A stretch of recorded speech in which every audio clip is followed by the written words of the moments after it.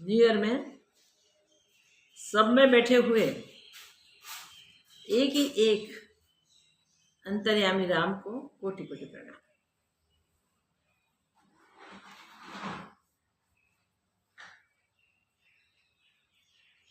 एक ब्रह्मा के सिवा अन्य कुछ नहीं है। वो बात हम सालों से चर्चा करते रहे हैं, डिस्कस करते रहे हैं, सब वो कहते भी रहे हैं। और तो कुछ बना ही नहीं, अब क्या? और तो कुछ बना नहीं, अब क्या? बात बिल्कुल सही है। और कुछ बना नहीं, वो हर काल में दृढ़ रहना चाहिए। इसमें व्यवहारकालीन दृढ़ता। परिस्थिति जब आती है तब हम परिस्थिति के अनुसार बह जाते हैं, बदल जाते हैं, तो जानते हुए भी नहीं जानते। चारों वेद कंठस्थ हुए, 18 पुराण भी हम अक्षरशः जानते हुए, फिर भी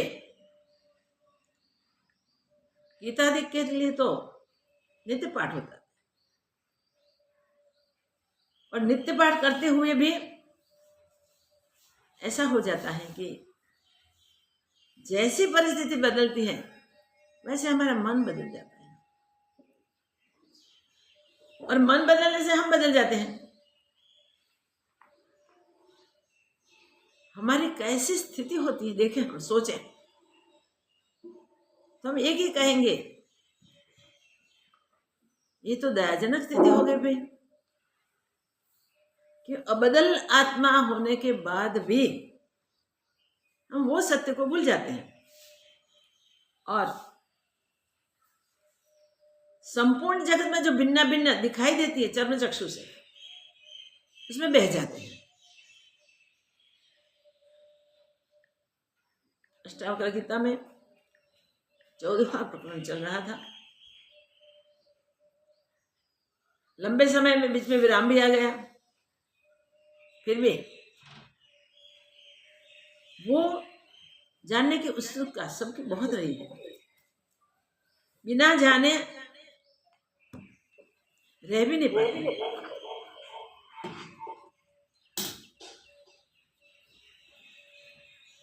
और जानते हैं फिर भी नहीं जानते हैं, ऐसा हमारा स्वभाव हो जाता है।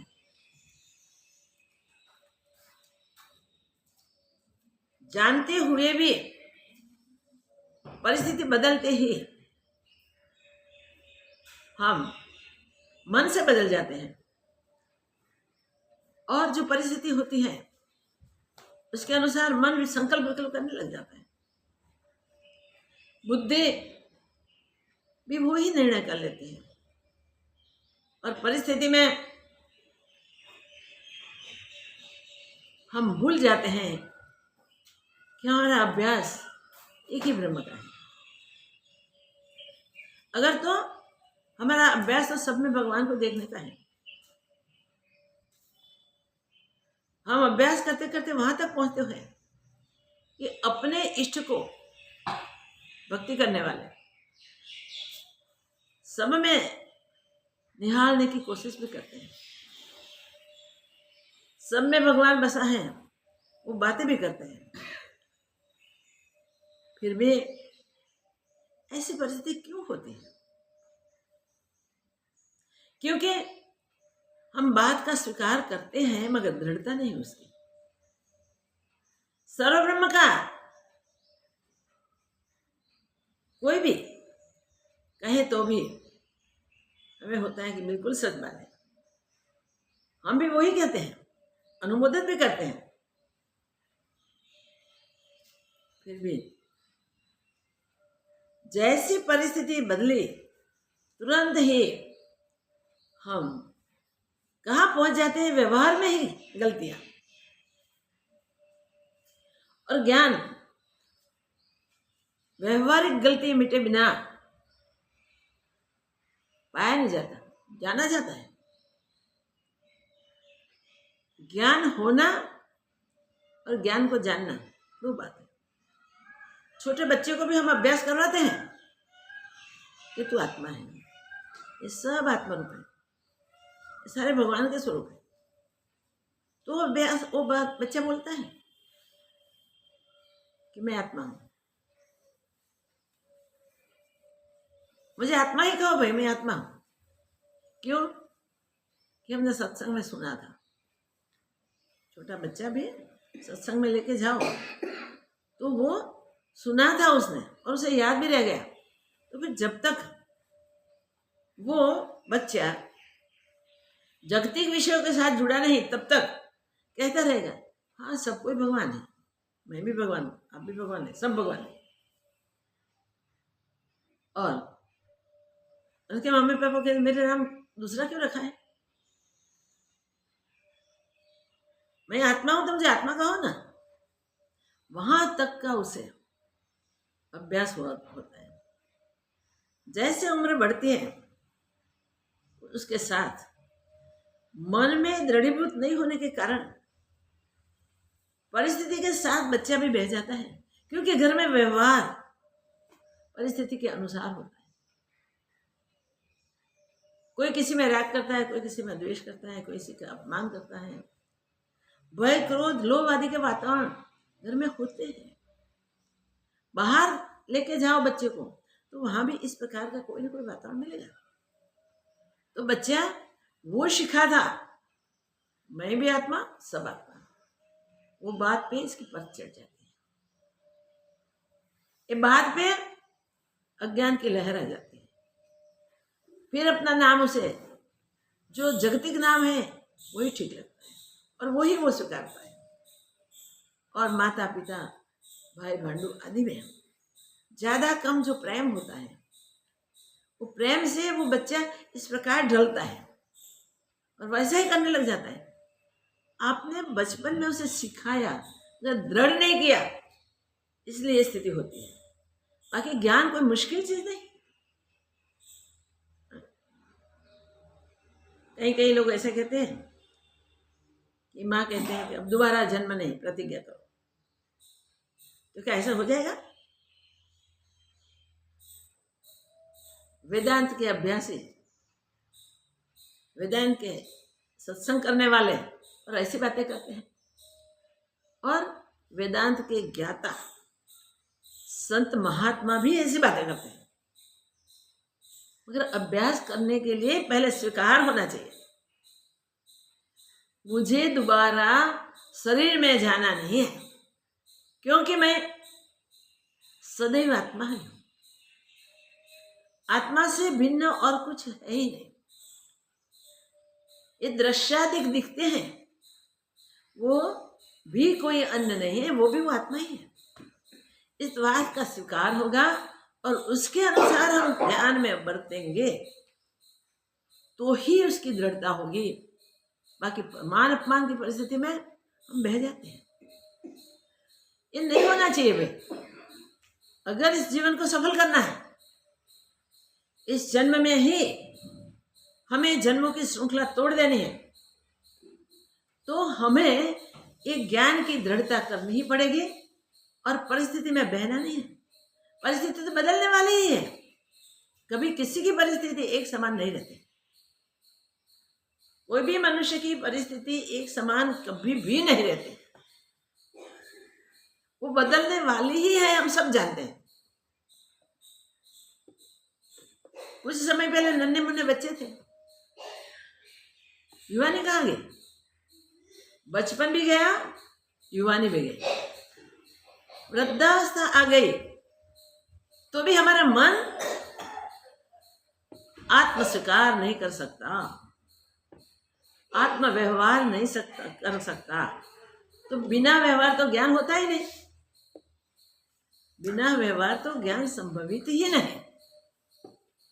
इसलिए हम पद पद पे आत्मभाव बनाते जाएं, सर्वात्म भाव करते जाएं, और कभी कैसी भी परिस्थिति आ जाए हमारे सामने तो भी वो भाव हम न भूलें, मैं ब्रह्म सर्व ब्रह्म, अखिल विश्व सर्व ब्रह्म। पूरा विश्व ब्रह्म है। और इसके लिए हम कहीं बाहर ये सत्संग कर चुके हैं, कहीं शास्त्रों में वो ही सुना है, शास्त्रों से पढ़े हैं या शास्त्र सुने हैं तो वही सुना है, महापुरुषों के वचन सुने हैं, सत्संग सुने हैं, तो उसमें वही बात है। फिर भी वो बातें हम भूल जाते हैं और ज्ञान में व्यवहार नहीं कर सकते। ज्ञान सुना समझा, मगर ज्ञान से विचलित हो जाते, चलित हो जाते हैं। एक कौन चलित होता है? हमारा मन। और मन के चलित होने से हम मानते हैं कि हमारे साथ हमारा अपमान हुआ, हमारा मान हुआ, हमारा सम्मान हुआ, हमें लाभ हुआ, हमें गैर लाभ हुआ। इसी के कारण लाभ हानि में बह जाते हैं और क्रोधाधिक आते हैं।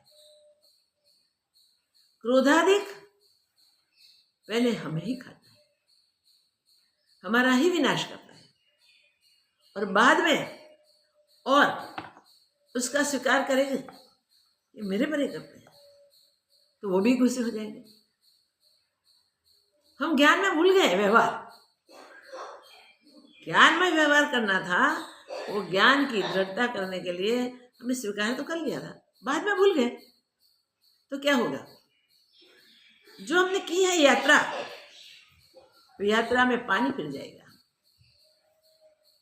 वो यात्रा नहीं रहेगी, फिर शुरू करना पड़ेगा। क्यों देर होती है? क्यों विलंब होता है? क्यों ज्ञान नहीं होता है? कारण एक ही है, दृढ़ता से हम वंचित हैं। इस प्रकरण में 14 प्रकरण अंतिम श्लोक है, सिर्फ 4 ही श्लोक है। चारों श्लोक में जनक जी ने दृढ़ता करने के बाद गुरु के पास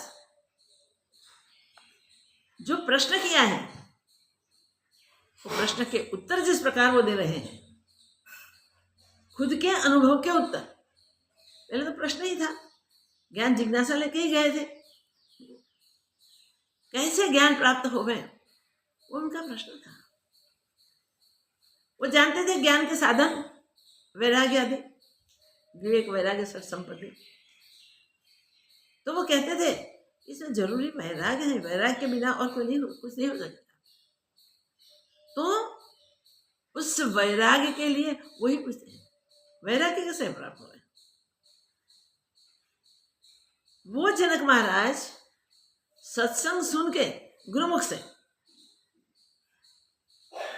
एक एक शब्द को आत्मसात करने का अभ्यास करते हैं। इसलिए वो कह देते हैं कि प्रभु जब आप पूछते हैं तब ज्ञानी की स्थिति कैसे होती है।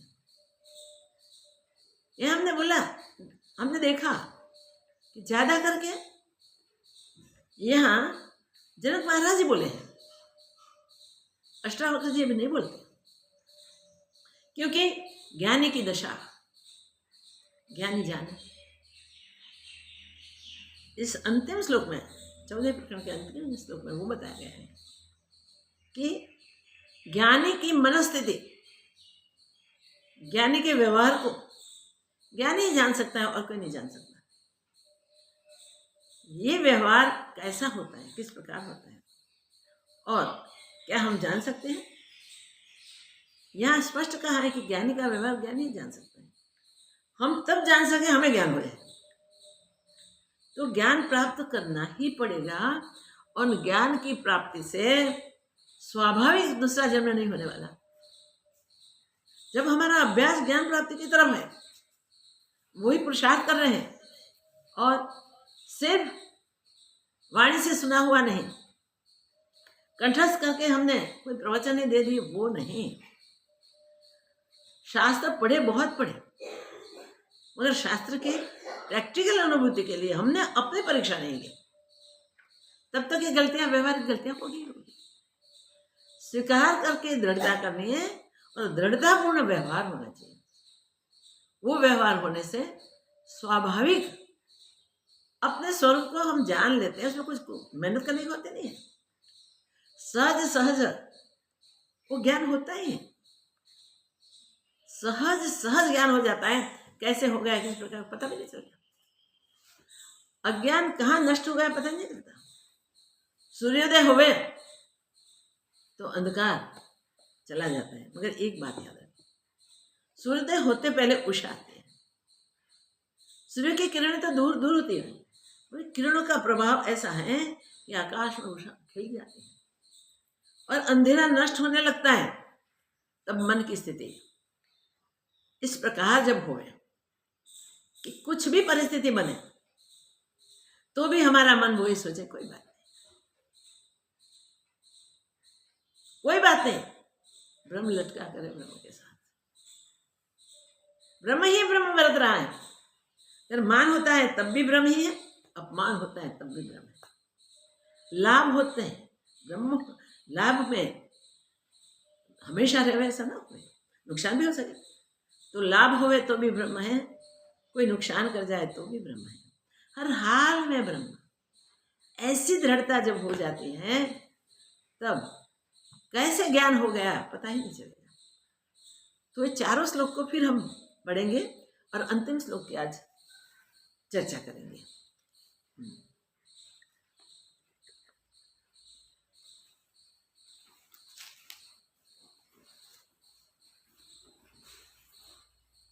प्रकृत्या शून्यचित्तो यः प्रमादात् भावभावनः निद्रितो बोधित इव क्षीणसंसरणो हि सः क्व धनानि क्व मित्राणि क्व मे विषयदस्यवः क्व शास्त्रं क्व च विज्ञानम् यदा मे गलिता स्पृहा विज्ञाते साक्षिपुरुषे परमात्मनि च ईश्वरे नैराश्ये बन्धमोक्षे च न चिन्ता मुक्तये मम अन्तर्विकल्पशून्यस्य बहिः स्वच्छन्दचारिणः भ्रान्तस्येव दशास्ता तादृशा एव जानते तादृशा एव जानते। सबसे बढ़िया बात है, ज्ञानी की स्थिति को समझाते हुए जीवन मुक्त की स्थिति पहले अगर हम समझ लें तो ज्ञानी की दशा कैसे भी होगी, हमें भी ज्ञानी में दोष नहीं दिखेंगे। अंतर विकल्प शून्य, अंतर संकल्प विकल्पों से शून्य है। ज्ञानी का अंतस्करण संकल्प विकल्प रहित है। बहिर स्वच्छंद चारिण, बाहर स्वच्छंद वर्ते हैं, पागल की तरह वर्ते हैं, उन्मत्त की तरह वर्ते हैं। ज्ञानी अंतस्करण से बिल्कुल निर्मल है, बिल्कुल शुद्ध है, ज्ञानमय ही इसका जीवन है, ज्ञान की उसे दृढ़ता है, इसलिए तो ज्ञान से तो इसके अंतस्करण में पवित्रता पूर्ण हो चुकी है। अब कोई भेद ही नहीं रहे उसके, तो मन बुद्धि चित्त अहंकार जिसका ज्ञानमय हो गया है वो ज्ञानी है। उसका व्यवहार कैसा होता है, यह स्पष्ट कहते हैं कि अंतर विकल्प शून्य, अंतस्करण विकल्पों रहित, वृत्तियों से रहित, चित्त की कोई वृत्ति विषयाकार नहीं होती है। ज्ञानी के चित्त की वृत्ति ज्ञानमय ही स्थित रहते हैं, ब्रह्माकार ही रहती है। और ब्रह्माकार वृत्ति रहे तो कौन सी वृत्ति विषयाकार, कैसे विषयाकार हो? कोई स्थान ही नहीं, प्रत्येक वृत्ति ब्रह्माकार। सिंपल बात है। मन जब तक भिन्ना भिन्नी नहीं सोचता, संकल्प विकल्प नहीं करता, इससे लाभ हुआ, इससे नुकसान होगा, वह बात तो छोड़ो। मगर ज्ञान के लिए मुझे क्या करना चाहिए, क्या नहीं करना चाहिए, शास्त्र पढ़ते पढ़ते व्यवहार ही पलट जाता है। सिर्फ चिंतन करने से नहीं होता, व्यवहार ही पलट जाता है और ज्ञान में हो जाता है। वो व्यवहार स्वाभाविक दृढ़ता में चला जाता है। फिर सामने कुछ भी आ जाए, भय आवे, शोक आवे, लाभ आवे, हानि आवे, मोह आवे, राग आवे, हमें चलित नहीं कर पाएगा। ज्ञानी को वो चलित नहीं कर सकता। अंतर्वृत्ति जिनकी संकल्प विकल्प रहित है, चित्त निर्मल है, शांत है, चैतन्य आकार है, चित्त जैसा भेद भी नहीं रहा, अणु अणु कणु कणु में उसे वही ब्रह्म का अनुभव होता है। दिखता है जगत चर्म चक्षु से, भिन्ना भिन्न पदार्थ आदि दिखते हैं, व्यक्ति, वस्तु, परिस्थिति, सब कुछ देखने को मिलता है। आकर्षक प्रलोभन भी आ जाते हैं। वो सब में उसे निश्चय है कि ब्रह्म के सिवा और कुछ है नहीं। शुरुआत में अभ्यास ऐसा है कि जगत मिथ्या है, इस जगत में नहीं जाना है, मुझे जगत में नहीं जाना है, जगत नहीं। मगर जब तक जगत और ईश्वर है, जगत और परमात्मा है, तब तक द्वैत बना रहता है। अभ्यास करते करते करते करते जब द्वैत का भंडा फूट जाता है, तब तुरंत हो जाता है वाह, और कुछ नहीं बना। देखिए, एक पेड़ का दृष्टांत ले रहे हैं। पेड़ ही है, किसका है वो जान लिया, फिर पेड़ को आम का पेड़ ऐसा हम नहीं बोलेंगे, बबून का पेड़ ऐसा हम नहीं बोलेंगे, बट का पेड़ ऐसा नहीं बोलेंगे, हम बोलेंगे पेड़। सामने क्या है? पेड़ खड़ा है। तो पेड़ सब जाति के वृक्ष इसमें आ गए, फिर भिन्न भिन्न नहीं है, मगर ये स्थूल बात है। तो स्थूल जगत में हम जिसका उपयोग करते हैं, इस सब को देखें तो इस सब में ब्रह्म देखने का दृढ़ हो जाएगा, तब होगा कि ना जगत है ही नहीं। और ये अभ्यास करते करते जगत छूटेगा। शुरुआत में जीव ईश्वर की दो उपाधि भी होगी। जीव ईश्वर की उपाधि में ईश्वर तो मायोपाधिक है,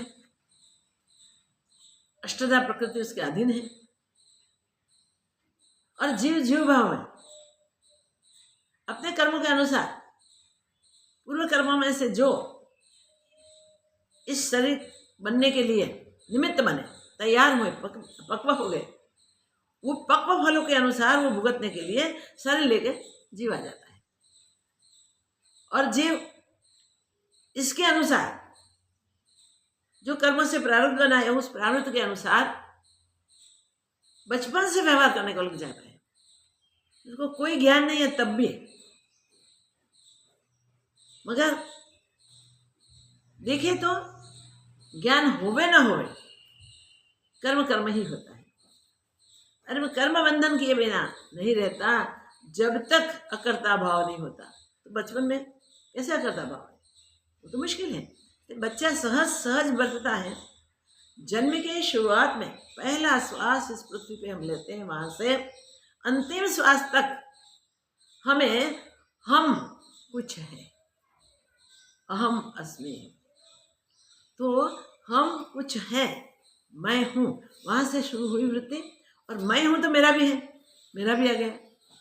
तो जहाँ मेरापन करता है, बच्चा भी खिलौना उसका होता है, खेलता है, तो उसको आप मांगोगे तो नहीं देंगे, बच्चे नहीं देंगे वो खिलौने। क्योंकि उसके मन में दृढ़ हो गया मेरा है, मेरे लिए आया है, मेरा है।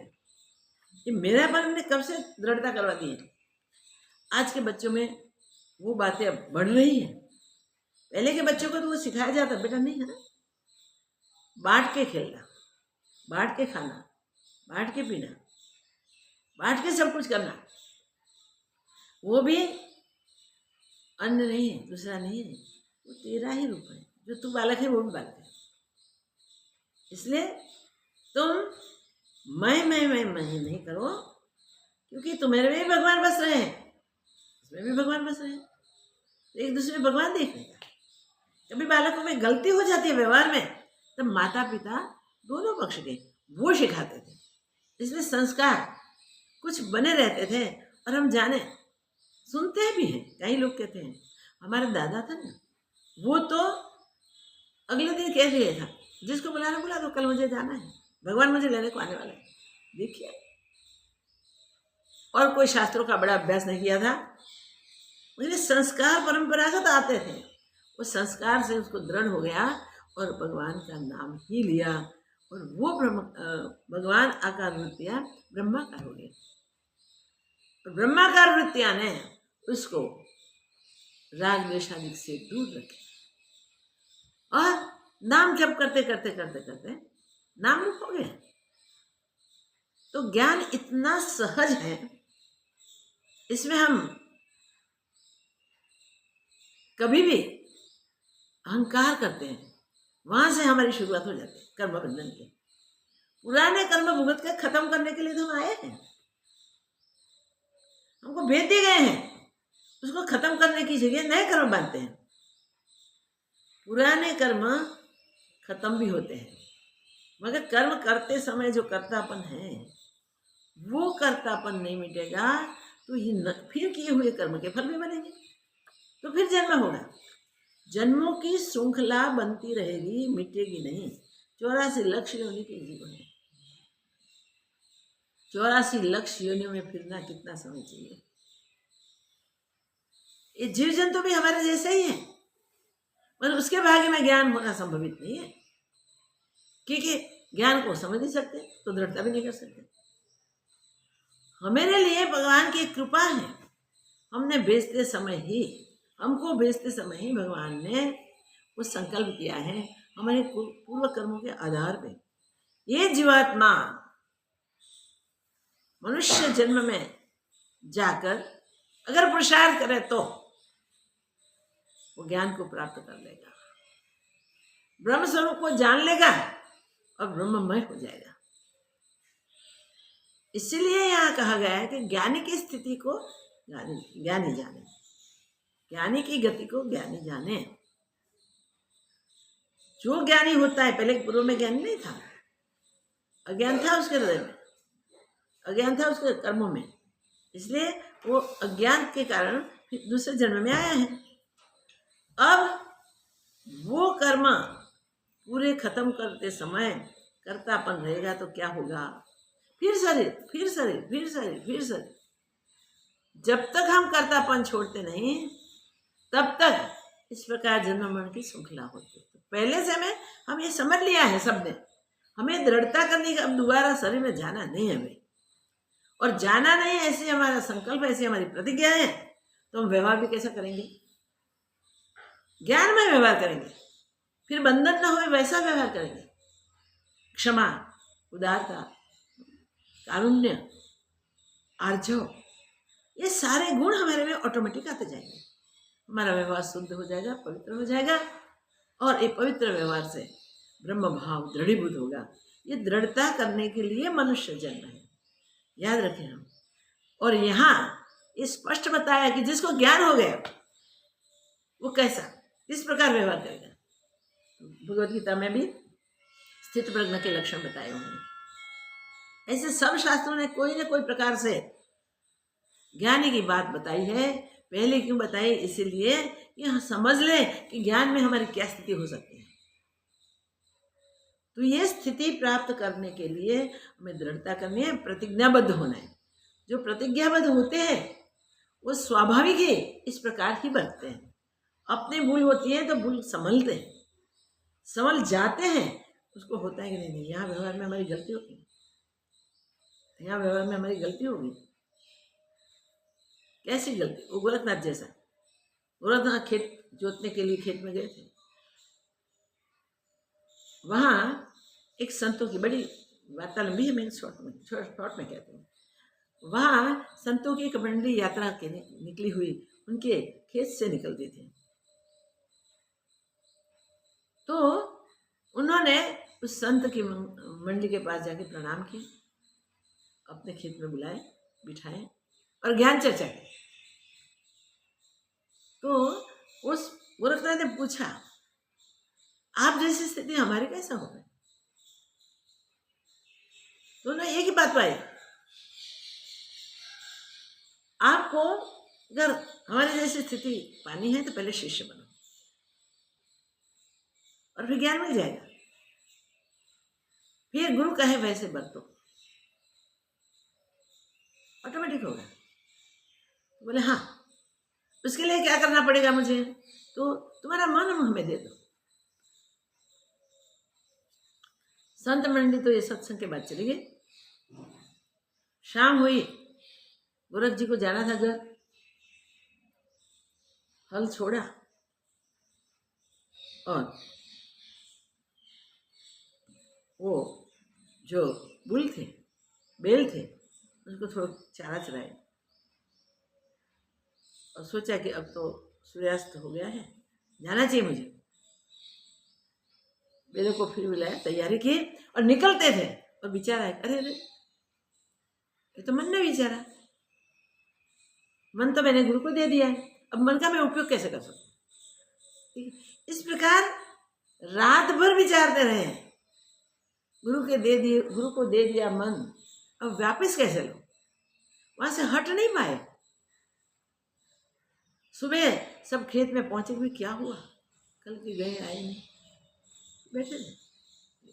भाई मैंने मेरा मन गुरु को दे दिया है, अब मैं विचार कैसे करूँ, सोचूं कैसे? घर जाऊं ऐसा भी सोचूं तो गलत नहीं है, तो आप लेके जाओ, जो करना है करो। ऐसे वो वही सोचते रहे, मन मैंने गुरु को दे दिया है, अब मैं कैसे व्यवहार करूं? गुरु को वापिस आना पड़ा। बेटा मन दो प्रकार का है, एक मन बहिर्मुख है, एक अंतर्मन। अंतर्मन से तुम दृढ़ करो, जो शिक्षा दी है, जो मंत्र दिया है, उसको याद रखो, उसका रटन करो, उसका चिंतन करो। और दूसरा मन मैं वापिस कर देता हूँ, तुमने दोनों मन मुझे दे दिए, पर दूसरा मन मैं तुम्हें वापिस करता हूँ, जिससे ये जगत में जब तक रहना है तब तक व्यवहार करो। उसमें से सिर्फ कर्तापन हटा दो, मन का और सोचना बंद कर दो। यहाँ स्पष्ट चतुर्थ श्लोक में ज्ञानी की स्थिति बताते बताते अंतिम श्लोक में कहते हैं कि अंतर संकल्प विकल्प शून्य, अंतर विकल्प शून्य यश्य, और बहिर्मुख कर दो, अंतर से चिंतन शून्य हो जाओ, बहिर्मुख से व्यवहार करो, मैं करता हूं वो नहीं होना चाहिए, ऐसे तुम बहिर्मुख होकर व्यवहार में शून्य हो जाओ। कितनी दृढ़ता बताइए, व्यवहार करते हुए भी तुम नहीं करते, ऐसा भाव बना दो। तो अंतर विकल्प शून्य बहिर् दशाहा ताहा ताहा तादृशा एव जानते। बस वर्ते पागल की तरह, कोई बात नहीं, उन्मत्त की तरह वर्ते, कोई बात नहीं, क्योंकि वो वर्तन हमारा है ऐसा उससे भाव ही नहीं। सहज प्रकृति के अनुसार जो प्रवाहित हुआ है, उनके भाग्य के अनुसार वही सब व्यवहार में करते हैं, तो भी इसमें सुख दुख का अनुभव नहीं है, लाभ हानि का अनुभव नहीं है। तो हमें ज्ञान के लिए क्या करना है, क्या होने से ऐसी गलती नहीं होगी कि कुछ भी करते समय हमारे में कर्तापन हो जाए तो फलाशक्ति आ जाए, ऐसी गलती हमसे नहीं होगी फिर। तो ज्ञानी यहाँ कहते हैं जनक महाराज ज्ञानी उन्मत्त की तरफ बाहर से बढ़ता है, इंद्रियों से बढ़ता है, मगर अंतर से विचार शून्य है, संकल्प शून्य है। कोई संकल्प शून्य होती, ये करने से मुझे ये लाभ होगा, ये करने से ये होगा, ये करने से ये होगा, वो विचार उनके चित्त में नहीं होते हैं। वे इतना ही सीखना है, इतना ही करना है, व्यवहार यथोचित होवे, जरूरी होवे वैसे होवे। प्रकृति में प्रवाहित व्यवहार ही हमारे सामने आता है, हमारे सामने दूसरा नहीं आता। कभी कभी ऐसे ज्ञानी पुरुषों की स्थिति को जताने के लिए ऑटोमेटिक प्रकृति में कोई घटना बन जाती है कि ज्ञानी पुरुष कैसा होता है। तो देखिए, गंगा सती हो गए, हम सब जानते हैं। गंगा सती के पति के नाम था कहलूबा, दरबार, मगर वो दोनों भजनी थे, भजनानंदी थे, अखंड सत्संग भजन में रहते थे। और पूरे गांव में संत जो आते थे, भक्त आते थे, मंडलियां आती थी, वो सब उनके द्वार पे बैठते थे, राजा थे उस गांव के। मगर उन्होंने वैसा रखा ही नहीं, जब राजा हूं मैं क्या हूं, दीवान क्या हूं, नहीं, बिल्कुल नहीं, भक्ति में ही लगे थे। तो ये संत समागम उनके घर अखंड चालू रहता था। रोज न रोज कोई न कोई संत मंडली आती रहती थी। एक बार ऐसी संत मंडली आई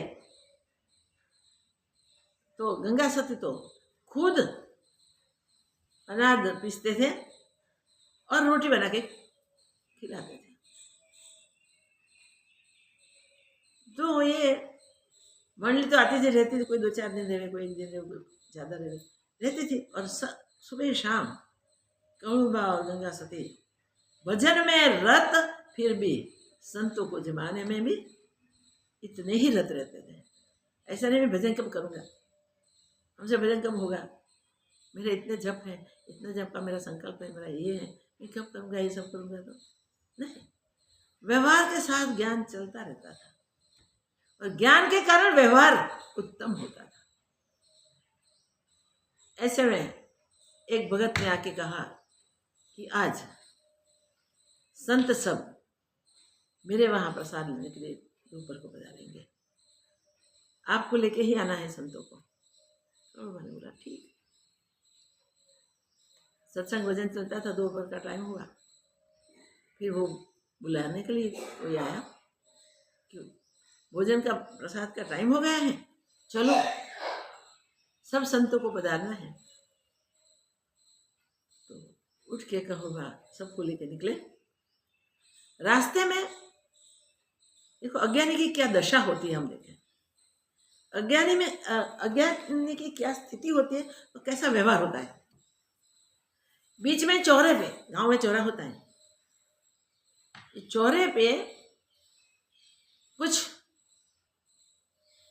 लोग बैठे थे, वो हमेशा सबकी निंदा करते, टीका करते, बातें करते, ये करते हैं, और जो भी कार्य करते थे उस कार्य में उनको मजा आती थी। ये कार्य मैं गलत करता हूँ, हम बैठ के क्या कर रहे हैं, ऐसी सोच उन लोगों में नहीं थी। तो जैसे इस चौराहे के नजदीक पहुंचे, देखा कि गाय का एक डेड बॉडी पड़ा था। वो इकट्ठे हुए लोग कहने, देखे देखे कहलूबा आ रहे हैं, संतों को लेके जा रहे हैं। तो कहलूबा भी एक गाय को सजीवन किए बिना आगे बढ़ सकते हैं? वो सजन भी कर लेंगे, वो सजीवन भी कर लेंगे। अच्छा, कहलूबा ने सुना भी कोई रिप्लाई नहीं किया, कोई रिप्लाई नहीं किया, क्योंकि संत मंडली साथ में थी, सबने सुना था, किसी ने उस पर ध्यान नहीं दिया और वो वहां से निकले। वो हंसते हंसते वो टिकरी बोलती है कि देखा, इतने सामर्थ्य की बातें होती है, एक गाय को भी सजीव नहीं कर पाए। और हंसने लगे लोग, चुपचाप गए। संतों का आसन सबका तैयार हो गया था, सबको बिठाए गए और कहलूबा ने बोला कि भाई आज संतों के चरणामृत होने रहे, इतने सारे संत पधारे हैं, समर्थ पधारे हैं, हम सबका चरण धोएंगे। तो सब संतों का चरण धोया, पूजन किया और फिर कहा कि आप परोसना शुरू करो, हम अभी आते हैं। वो जल लेके वहां पहुंचे, वो जल लेके वहां पहुंचे जहां गैया पड़ी हुई थी। जाके इसका छिटाव किया। ज्ञानियों के अमृत से गौ माता आप फिर खड़े हो जाओ। ठीक है, ज्ञानियों के अमृत से गौ माता फिर खड़े हो जाओ। गाय खड़ी हो गई। वो वापिस आए संतों के साथ में, पंगत में बैठ गए, भोजन लिया गया। मगर बात तो प्रसर गई गांव पर, गांव से चारों और यथोचित व्यवहार किया है, फिर भी प्रारब्ध का कोई योग बाकी था। और ऐसे लोगों को सुधारने के लिए वो निमित्त बनने वाले थे। तो इतनी ख्याति बढ़ी कि सब बात करने लगे, गांव से दूसरे गांव, दूसरे से तीसरे, सब जगह फैलने लगी बातें। और लोग मुर्दे लेके आने लगे। कमलूबा मुर्दे खड़े करते हैं, कमलूबा मुर्दे खड़े करते हैं, सब आए। कमलूबा ने सोचा कि नहीं, अब इस शरीर में रहना उचित नहीं है। ये भी पंचभूतात्मक है, ये सब भी पंचभूतात्मक है। शरीर पंचभूतात्मक है, उसे रख के करना क्या? शरीर छोड़ देना, सहज शरीर छोड़ने की तैयारी। देखिए, और गिरा के गंगा सती को बोला कि आज आंगन में समाधि खुदवाइए, आंगन में समाधि खुदवाइए। सुबह सूर्य किरण निकलेंगे, उसी समय हम समाधि लेंगे। बात हुई, पता चला गंगा सती को। गंगा सती ने बोला नहीं, मैं भी आपके साथ समाधि लूंगी। तब कहुआ ने बोला, समाधि लेने में और कोई चिंता नहीं है, पर हमने पान भाई को पूर्ण ज्ञान नहीं करवाया। आपकी फर्ज है, आपकी सेवा में है, आपको ज्ञान पहले करवा दो और फिर समाधि लो। ज्ञानी का व्यवहार कैसा होता है? कहुआ की एक बात पे गंगा सती ने बिल्कुल आनाकानी नहीं की। सही बात, मैं निश्चय कर लिया कि सबसे पहले पान भाई को मैं बोध करा दूं, फिर मैं भी यहीं समाधि लूंगा। और यही हुआ। 52 दिन तक रोज सुबह एक भजन गा के इस पे उपदेश करते थे पान भाई को। और उनके उपदेश में वो था, भाड़ी रे गया पछी तरपत न थाऊं वाला। भाड़ी गया पछी पर्वत तरपत न थाओ, तृप्त न होना, अधिक राखो उल्लास है। ज्यादा से ज्यादा उल्लास इसमें रखने का और इसमें ही रहने का। तो ब्रह्म ज्ञान होने के बाद ब्रह्मज्ञानी को फिर व्यवहार कभी भी चलित नहीं कर सकता, वो ब्रह्मज्ञानी है। ज्ञान वो है कि जिसको पाने के बाद फिर अज्ञान छू नहीं सकता, नजदीक पटक भी नहीं सकता। ये प्रकार का उपदेश करके हम सब जानते हैं, गंगा सती भी 52 दिन के बाद तुरंत समाधि लेते। प्रारब्ध योग यहाँ पूरा होता है शरीर का, तो शरीर में नहीं रहना चाहिए, शरीर छोड़ देना चाहिए। छोड़ दिया, ये ज्ञानियों की बातें हैं। इसमें और दृष्टांत कहाँ लावे? जो हो गए वही दृष्टांत होता है।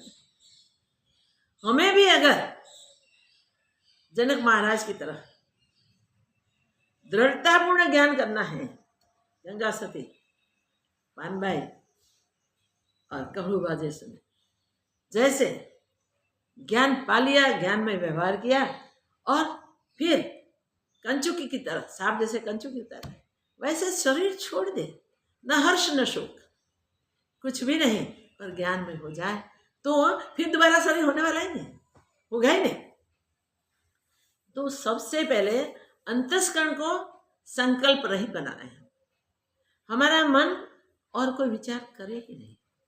जो प्रारब्ध में निश्चित है वो हमारे सामने आने वाला है। जब तक प्रारब्ध चलने वाला है तब तक जो हमारे पूर्व के कर्म हैं उसके अनुसार हमें मिलने वाले भी आएंगे। उसके बाद उसके साथ साथ व्यवहार भी हमारी योग्यता के अनुसार होगा। ये हमारे ही है, दूसरे का मत मानो। कोई अपमान करना है तो हमारे किसी को किया हुआ अपमान का परिणाम है, ऐसा समझे। कोई मान करते हैं तो भला आदमी है, दयालु है, हमने कुछ थोड़ा किया होगा, उन्होंने इतना सारा किया, उदार था। किसी ने हमारा नुकसान कर दिया, क्षमा।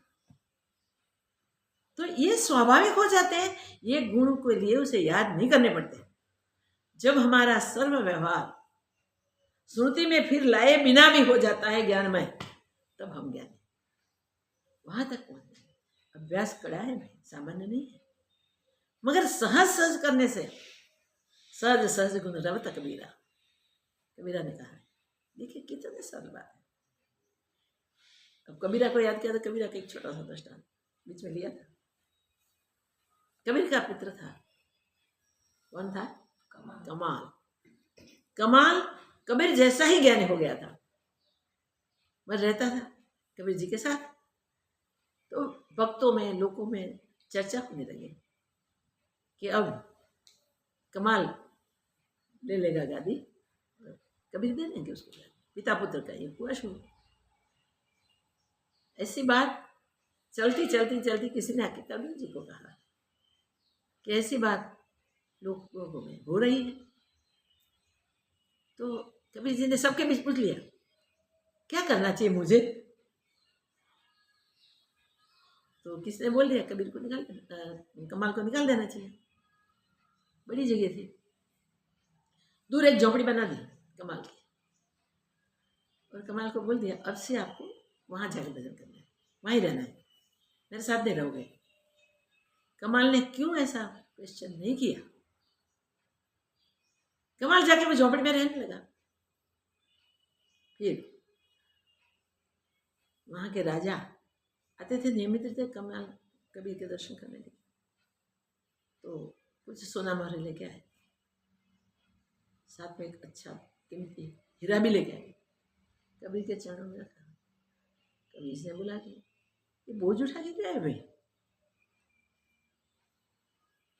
प्रभु आपको मेहनत न करनी पड़े, क्योंकि कबीर जी कपड़ा बुनते थे, चाल चलाते, और इसी से निर्वाह करते थे।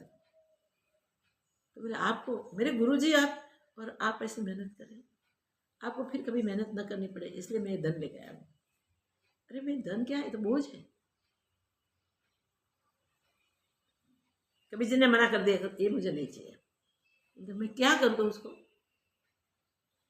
तो क्या करिए?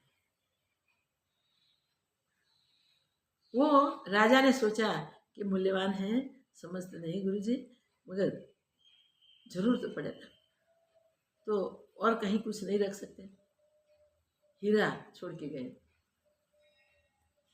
फिर हीरा तो जहाँ था वहां पड़ा था। फिर आए तो हीरा देखा, अरे गुरुदेव आपने वो नहीं लिया? बोले हाँ, ये बोझा मुझे नहीं रखना है, बोझ है, और ये बोझ और कोई भी उठावे तो उसमें भी कर बंधन हुए ना, तो यहाँ मत रखो। उठा लिया राजा ने, कमाल की झोंपड़ी पे गए। कमाल को बोला कि कमाल आप अकेले रहते हो, पूरा दिन भजन करते हो, निर्वाह के लिए तो कुछ चाहिए ना। तो कमाल ने वही बोला कि नहीं भाई नहीं, मैं कहाँ रखूँ उसको, एक प्रकार का बोझ है, मुझे नहीं चाहिए। बोला क्या करूँ? बोले अगर ले जाओ, अगर छोड़ दो, फेंक दो, यहाँ फेंक दो। कहा इस राजा को हुआ गया, घर में कोई चिंता नहीं। तो झोंपड़ी के ऊपर बांस की लकड़ी में वो हीरा रख दिया। राजा का हुआ कि कबीर की बात ठीक है, कबीर जी न लेवे, कमाल ले लेगा। जो बात चल रही थी उसके अनुसार हुआ, कमाल ले लेगा। मैं जैसे यहां से निकल जाऊं, कमाल ने ले लिया होगा। फिर आए राजा, इधर उधर ऐसे देखने लगे, तो मैं तो यहाँ ही फेंक के गया था उस हीरे को, कहाँ गए महाराज? तो कमाल कहते हैं आपने जहाँ फेंका वहां देखो, मुझे पता नहीं आपने कहाँ रखा और कौन कहाँ गया। तो राजा ने देखा वो जहाँ रखा था वहाँ उसी में है। बोले मैं क्या करूँ? तो आपको जो ठीक लगे, उचित लगे, मगर हमें नहीं चाहिए। ज्ञानी का व्यवहार ज्ञानी जाने, अज्ञानी नहीं जान सकता। राजा अज्ञानी था, ज्ञान नहीं था, शिष्य था, भक्ति वाला था, ईमान था, फिर भी वो ज्ञानी का व्यवहार नहीं जान सका, नहीं समझ सका। कितनी बढ़िया बात बताई है। लास्ट श्लोक है, लास्ट श्लोक में कहते हैं कि ज्ञानी अगर बाहर से पागल की तरह, उन्मत्त की तरह व्यवहार करता है तो भी उनको उन्मत्त मत समझो। अंतर से वो विचार शून्य होता है, संकल्प विकल्प रहित होता है। तो हमें वहां तक पहुंचना है और उसके लिए हम संकल्प करते हैं कि भाई अब दोबारा जन्म में जाना नहीं है, कोई शरीर में जाना नहीं है। मगर वेदांत बहुत अभ्यास किया होता है, मगर व्यवहार में हम शून्य हैं। तो कितना भी अभ्यास होवे तो भी हमें कुछ प्राप्त नहीं होता। इसलिए शास्त्रों को मथे, शास्त्रों को पढ़े, चिंतन करे, विचार करे, पर व्यवहार में न आएगा तब तक ज्ञान नहीं होता है। और व्यवहार प्रारब्ध के अनुसार होता है। ज्ञान होने के बाद भी व्यवहार ज्ञानमय होता है, क्योंकि ज्ञान हो गया, अज्ञान तो चला गया। तो ज्ञानी का व्यवहार जब ज्ञानमय हो जाता है तब फिर न मैं रहा न तुम, और कोई दूजा रहा ही नहीं, एक ब्रह्म। ये ब्रह्म की अनुभूति ज्ञानी की होती है। और हमें अगर वो अनुभूति करनी है तो हमें भी यही अभ्यास करना है। बाहर जो व्यवहार हमारे सामने आए उसमें लाभ हानि देखे बिना, उस परिस्थिति में इन्वॉल्व हुए बिना जो आता है वो सहज सहज कर लेना है। शास्त्र सम्मत हो जाएगा व्यवहार। आपको इसलिए नहीं सोचना पड़ेगा कि मैं गलत करता हूँ, मैं सब करता हूँ। आपने निश्चय कर लिया है एक ब्रह्म के सिवा दूसरा है नहीं, तो ब्रह्म लटका करे ब्रह्म के साथ। ये स्वाभाविक होता है, समझाने के लिए ज्ञानी की दशा वो कहा जाता है। बाकी ज्ञानी ज्ञानी है, उसको अज्ञानी कभी नहीं पहचान सकता। जब तक अज्ञान है तब तक ज्ञानी का मूल्यांकन न करें। ज्ञानी कैसा भी व्यवहार करता है उसे रागी द्वेषी न जाने, मोह ममता वाला न जाने, कहीं भी क्रोध करता है तो क्रोधी न जाने। दुरासा जी क्रोधी थे, मगर वो कारण क्रोध था, उसका प्रारब्ध है, ये करने का था, इसलिए वो करते थे। अंतर से तो अरे मेरे भगवान आ गए हैं, बस हो गया पूरा। जो कार्य हमें सौंप दिया गया है, जो कार्य हमने पूर्व में करके उसके हिसाब भुगत के बाकी रखे हैं, वो कार्य में से वो जो फल देने के लिए तैयार हुए हैं, इसमें से हमारा प्रारब्ध तैयार हुआ है। प्रारब्ध के अनुसार हमको शरीर दिया है, प्रारब्ध के अनुसार हमको स्थान दिया है, प्रारब्ध के अनुसार हमें ड्यूटी मिलती है, प्रारब्ध के अनुसार हमें लाभ हानि सहनी होती है, प्रारब्ध के अनुसार मान अपमान आवे तो भी अचल रहना ही है। वो रहेंगे तब वो हम धीरे धीरे करके ये द्वैत भाव में से कैसे छूट जाएंगे पता भी नहीं चलेगा। एक ब्रह्म विलस रहा है हर हाल में, हर संजोग में, चाहे कोई भी है। न किसी को शत्रु माने, न किसी को मित्र माने, न कोई अपना न कोई पराया, न जंतु न महाकाय प्राणी, तूण से लेकर ब्रह्मादिक तक ब्रह्म ही है। ब्रह्म के शिवा कुछ नहीं है। वो दृढ़ता ज्ञानी की होती है, और इस प्रकार व्यवहार में ज्ञान लाने से ही ये दृढ़ता हमें हो जाती है। इनिशियली गलतियां न हो ऐसा नहीं है, गलती तो सबकी होती है क्योंकि अज्ञान है। मगर अज्ञान मिटाने के लिए पुरुषार्थ में करना पड़े ना। अज्ञान मिटाने के लिए हम मेहनती रहेंगे, जागृत रहेंगे, सावधान पुरुषार्थ करेंगे। कैसी भी परिस्थिति में परिस्थिति बदलने वाली है, हम उससे जुड़ेंगे नहीं, क्योंकि हम अबदल आत्मा है, हम स्वयं ब्रह्म है, सब कुछ हम है, जो भी है सो सब कुछ हम ही है। ऐसा दृढ़ निश्चय उसी को ज्ञान कहते हैं। जनक महाराज को वो ज्ञान हो चुका है, और यहाँ परीक्षा गुरु के सामने गुरु की आज्ञा के अनुसार अपना अनुभव वर्णन करते करते वो स्थित हो गए हैं, शांत हो गए हैं, पूर्ण ज्ञानी हो गए हैं। अब जनक महाराज तो राजा थे, राजा के वैभव, राजा के मान, राजा का स्वीकार किस प्रकार का, वो छोड़ के वो देहाभिमान रहित हो गए, संकल्प विकल्प रहित हो गए। वो योगियों का संवाद सुन के, इस योगियों के संवाद को दृढ़ीभूत करने के लिए सब कुछ कार्य आदि छोड़ के बैठ गए, उस पर चिंतन मनन किया और फिर राज्य चलाया, फिर राज्य का व्यवहार किया। तो राज्य के व्यवहार में सब कुछ तो करना होगा ना। कोई गुनहगार आया होगा तो उसे सजा भी की है, कोई ने अच्छे कार्य किए होंगे तो उसे दान, उसका सिर पाओ, उसे कोई फल दिया होगा, कुछ ना कुछ दिया होगा। राजा का व्यवहार तो सब इस प्रकार का ही होता है। कहीं युद्ध है तो युद्ध भी करना पड़ा होगा, सब कुछ करना पड़े तो भी इस किसी में भी अपने स्वरूप को न भूले, सब कुछ करते हुए भी अकर्ता रहे, फलाशक्ति न रखे। हमें अभी से व्यवहार रखना है। मैंने उनका इतना मान किया, वो मेरा अपमान करता है, नहीं। सबके अपने अपने प्रारब्ध होते हैं, सब अपने प्रारब्ध के अनुसार बढ़ते हैं। हमें हमारे प्रारब्ध के अनुसार व्यवहार करते करते इस अहंकार को छोड़ना है कि मैं कुछ हूँ। शरीर कुछ नहीं है, एक चुट्टी राख या मिट्टी।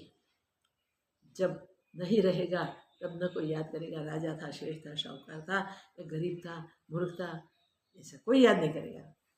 एक ही ब्रह्म ज्ञान सर्वत्र व्याप्त सदैव रहेगा। चाहे महाप्रलय भी हो जाए, कहीं प्रलय भी हो जाए, तो भी ज्ञान कभी नहीं मिटता है।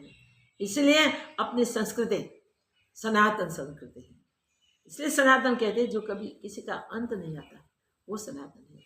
हम ऐसे सनातन के प्राप्त करने के बाद, सनातन में उत्पन्न होने के बाद, शरीर भुगत के प्राप्त खत्म करने के लिए आए हैं।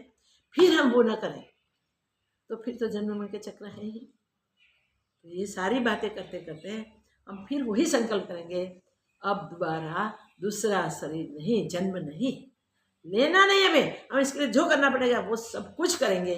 ऐसा स्वीकार, ऐसी दृढ़ता से वो व्यवहार होगा तो अवश्य हम इसी जन्म में कितने भी करोड़ों क्यों नहीं पड़े कर्म हमारे, भले बुरे जो भी हैं वो सब ननिफाए हो जाएंगे, सब जल जाएंगे, प्रारब्ध भुगत के पूरा करेंगे। अब क्रियमाण में सावधान है, तो तीनों कर्म में सावधान जो है वो फिर कोई सावधानी भी नहीं रखते हैं, वो तो ज्ञान में जीता है। ज्ञान प्राप्त करने के लिए जीवन मुक्त करने के बाद जीवन मुक्ति की स्थिति, जीवन मुक्ति वो ही है कि वो अज्ञान मिटा और ज्ञान में प्रारब्ध शेष रहा, वो प्रारब्ध पूरा करना है। ज्ञान में रहकर प्रारब्ध पूरा करना है। तो प्रारब्ध पूरा करते समय हमको कर रखें कि हम ऐसी गलती नहीं करेंगे कि हम कभी देहाभिमान करें, अहंकार करें। हम ऐसी गलती कभी नहीं करेंगे और कोई दूसरा है और हम कुछ है, ऐसी गलती कभी नहीं करेंगे। जो व्यवहार करें इस व्यवहार में ब्रह्म भाव ही बना रहे। ज्ञानी का व्यवहार ज्ञानी जैसे होता है, अज्ञानी क्या करे, वो अज्ञान की बातें ही करेगा। ज्ञानी से ज्ञानी मिले करे ज्ञान की बात, अज्ञानी से अज्ञानी मिले करे सुख दुख का संवाद, वही करेंगे और क्या करेंगे। और क्षणिक सुख, जगतिक सुख हम यही करें। तो परमात्मा की यही कृपा हम सब पर बनी रहे कि हम इसी जन्म में दृढ़ता से पुकार के कह सके अब दोबारा शरीर में जाने वाले नहीं है। ऐसी स्थिति बन जाए तब ऐसा बोलेंगे, अब नहीं जाएंगे, अब कहेंगे कि नहीं दोबारा जन्म नहीं, हम ऐसा पुरुषार्थ कर लेंगे। तो सबको ये शक्ति परमात्मा की ओर से मिले। सब अब दूसरा ये न करें। 14वें श्लोक के बाद, 14वें प्रकरण के बाद ये 4 श्लोक में पूरी बात कर दी। जनक महाराज ने आगे भी बताया है कि कुछ अब बोलने का कुछ नहीं रहता। अब अष्टावक्र क्या कहते हैं 15वें श्लोक में हम अगली बार देखेंगे। ओम पूर्णमदः पूर्णमिदं पूर्णात् पूर्णमुदच्यते पूर्णस्य पूर्णमादाय पूर्णमेवावशिष्यते। ओम शांति शांति शांति। जीव ईश्वर और परमात्मा का भेद भी हम नहीं करेंगे, क्योंकि परमात्मा के सिवा कुछ है नहीं, ब्रह्म के सिवा कुछ है नहीं, वो भी निकाल दें।